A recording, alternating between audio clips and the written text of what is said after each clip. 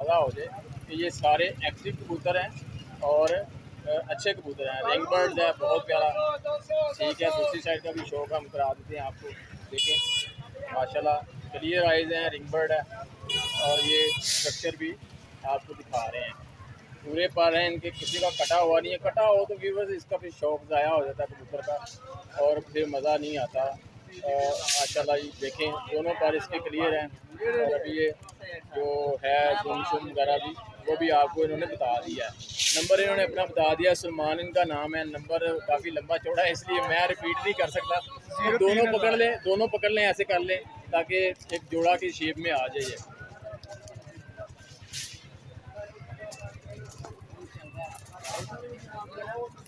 ये व्यूअर्स सलमान साहब आपके सामने देखें, सलमान साहब आपके सामने है। ये एक मुकम्मल जोड़ा है रॉयल डैडी का। इनकी आप इन्होंने एक जोड़े की कीमत 14,000